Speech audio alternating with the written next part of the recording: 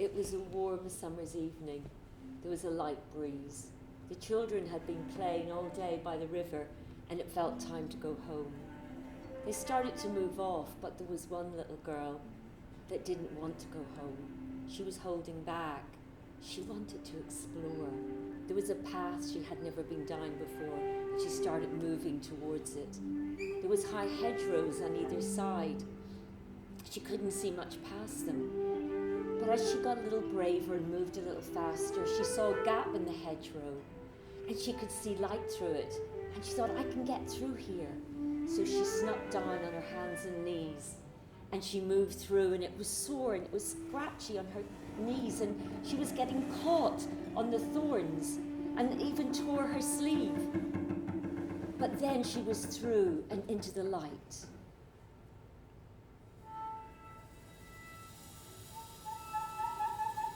Wow, this is beautiful. She looked ahead of her and she saw a beautiful oak tree. As she moved further forward, she put her hand out to touch the trunk. It felt hard but soft at the same time. She touched another and another and another, and they seemed to grow before her eyes. And then, just right then, she saw a massive tree in the middle. And she moved towards it, and she put her hands on it, and she felt the power of the tree.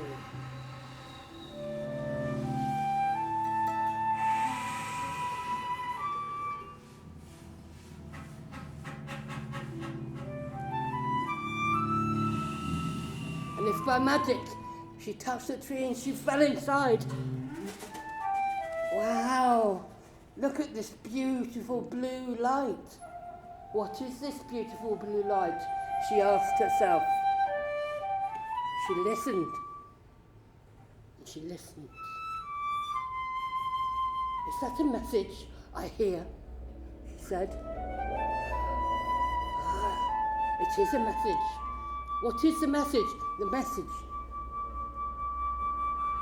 If you look after us, we'll look after you.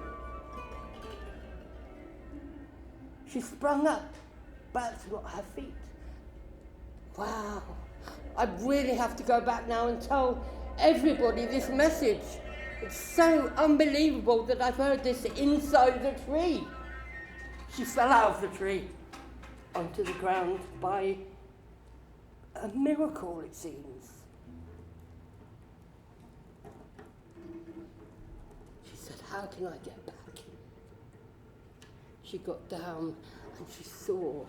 Well, she didn't know where she was. She was confused. This was such an extraordinary experience. But then she saw a bird flying past and going to its nest right beside the gap in the hedgerow where she'd come through. The little bird landed and she was able to follow it through and climb back through that gap in the hedgerow. And she ran and she ran and she started calling to her friends and calling to her friends and saying, listen, listen, I have something to tell you. We are being told to look after the oak trees, to look after the trees so that they can look after us in return. And in that moment, her friends who were moving off towards home turned around. They stopped and they listened.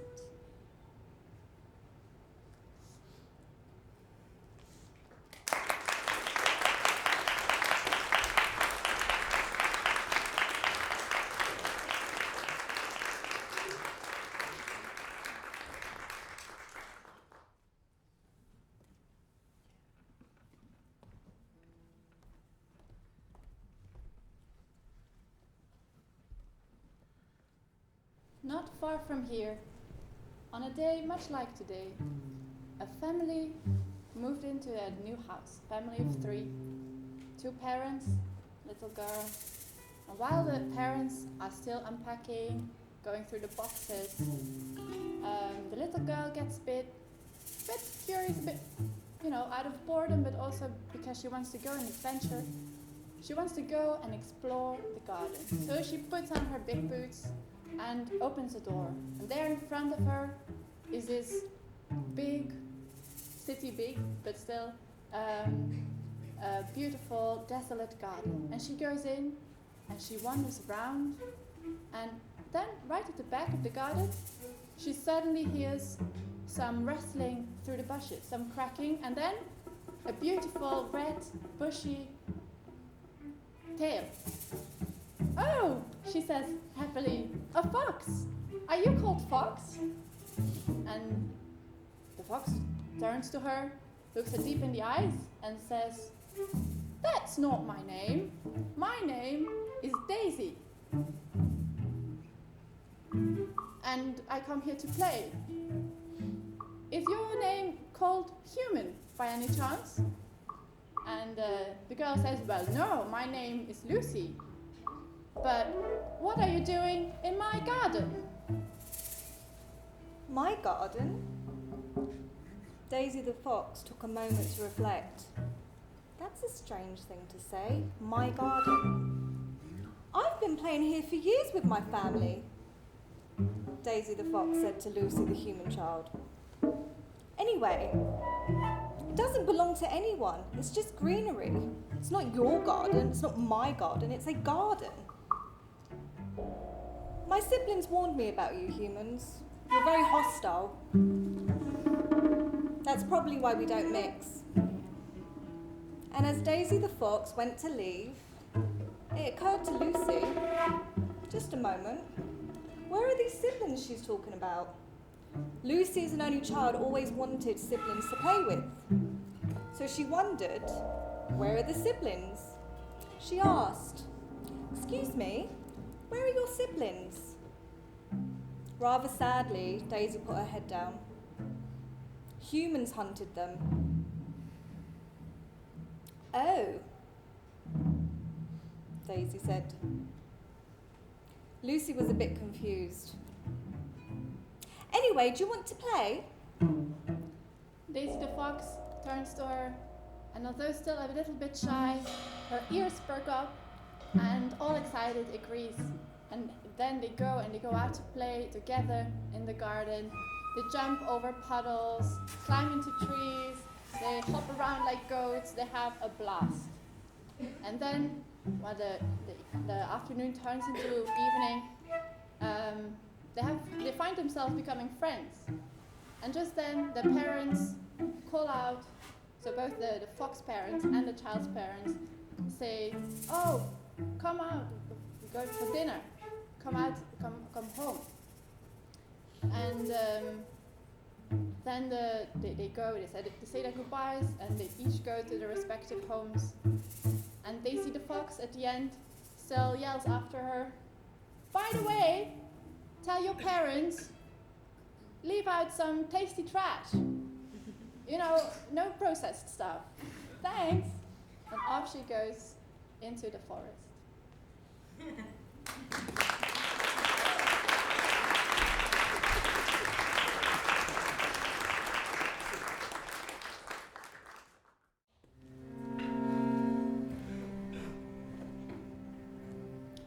Once upon a time, there was a massive forest that provided shelter, wood, shade, and fruits for its inhabitants. However, one grave day, a series of man-made disasters occurred. The first was fire that manifested through electrical poles and underground wiring that disrupted the tree's root underground system and caused the overground branches to burn, struck by lightning. Next came the mushrooming from human property developers and the invasion of massive man-made artificial structures into the natural habitat. And then an air hurricane swept over the land of air pollution that clogged up the pores of the natural breathing systems. Finally, human politics caused an upheaval that shook the forest to its foundations, as though the Earth's tectonic plates had been upset. Thereafter, rain poured and flooded the bare and infertile land, and all the animals gathered on the old oak tree as a natural skyscraper, hoarding as a Noah's Ark in the middle of the urban environment.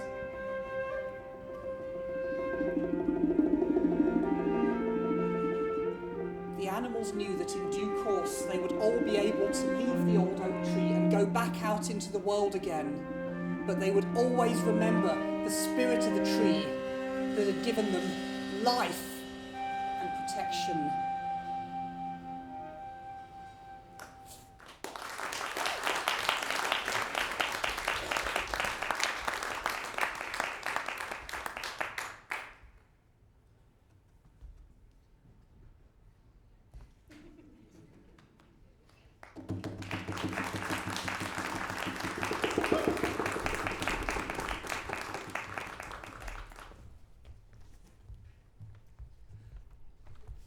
I remember a family of hedgehogs making themselves at home in my family home's back garden. I remember the smell of the freshly cut grass. I remember the whistling of the wind blowing through my bones, almost uplifting me in flight. I remember cold winter days. I would play in the snow until my hands got very cold. I remember climbing trees, and touching that sap, I remember the cuckoo call at the start of spring. I notice the plastic bags hanging from the trees, hanging where the leaves should be.